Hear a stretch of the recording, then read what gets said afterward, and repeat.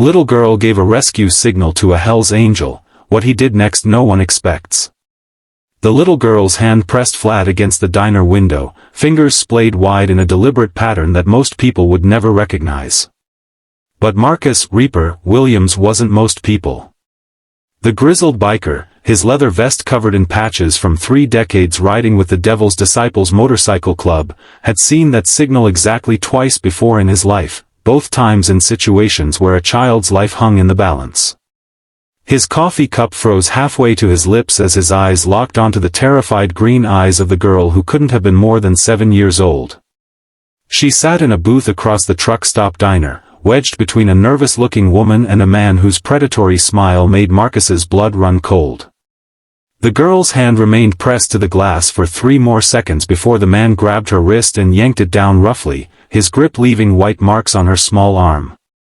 In that moment, Marcus knew with absolute certainty that he was looking at a child being trafficked, and everything he had become over 53 hard years of living suddenly crystallized into a single purpose.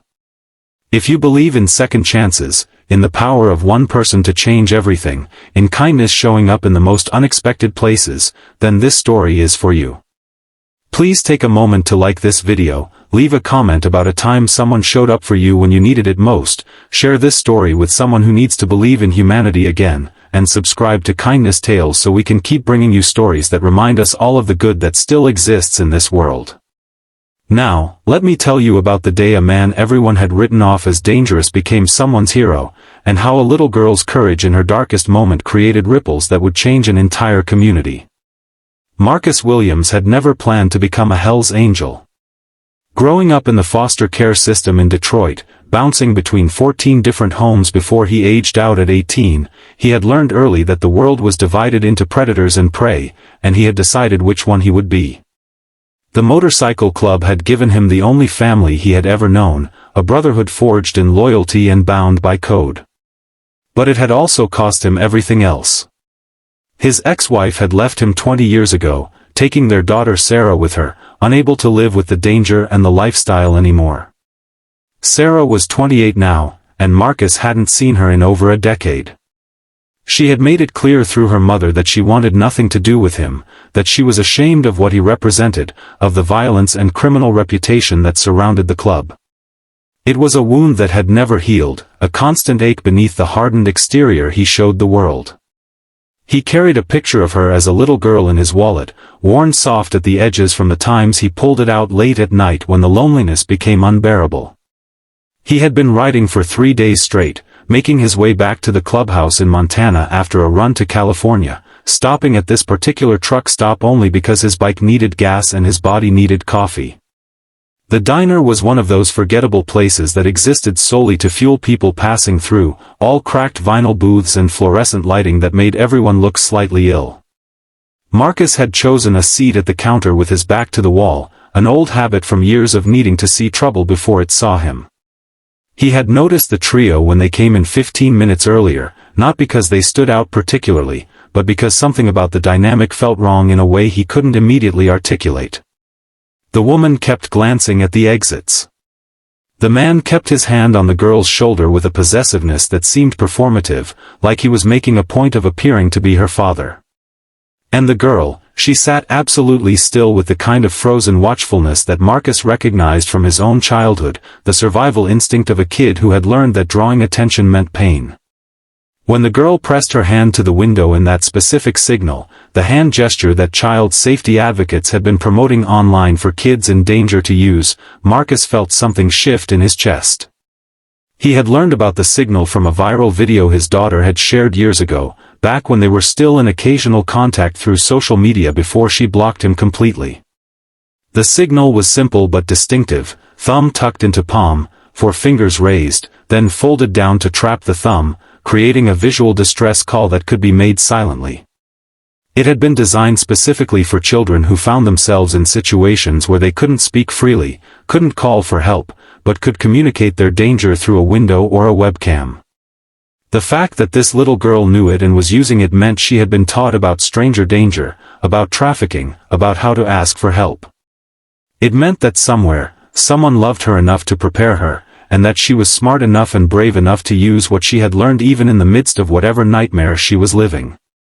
Marcus set his coffee cup down with deliberate care and pulled out his phone, keeping his movements casual as he pretended to scroll while actually snapping several photos of the trio. His mind was already working through options, calculating angles and outcomes with the strategic thinking that had kept him alive through gang wars and federal investigations. He could call the police, but that would take time, and the cops in this rural stretch of nowhere might not arrive for 30 minutes or more. The trio could be gone by then, swallowed back into whatever pipeline they had emerged from. He could confront the man directly, but that risked the girl getting hurt in the chaos, and it risked exposing his own legal vulnerabilities. Marcus was currently on parole, forbidden from engaging in any violent altercations, required to check in with his parole officer weekly and submit to random drug tests. A physical confrontation, even one motivated by protecting a child, could send him back to prison for the remaining 8 years of his sentence. But as he watched the man's grip tighten on the girl's arm when she tried to reach for a menu, as he saw the woman lean over and whisper something that made the child's eyes fill with tears she was clearly forbidden to shed, Marcus realized he didn't care about the consequences. Some things were more important than freedom. Some things were worth sacrificing everything for. He stood up with the careful casualness of someone just stretching their legs after a long ride, paid his bill at the register, and then walked past the trio's booth on his way to the bathroom.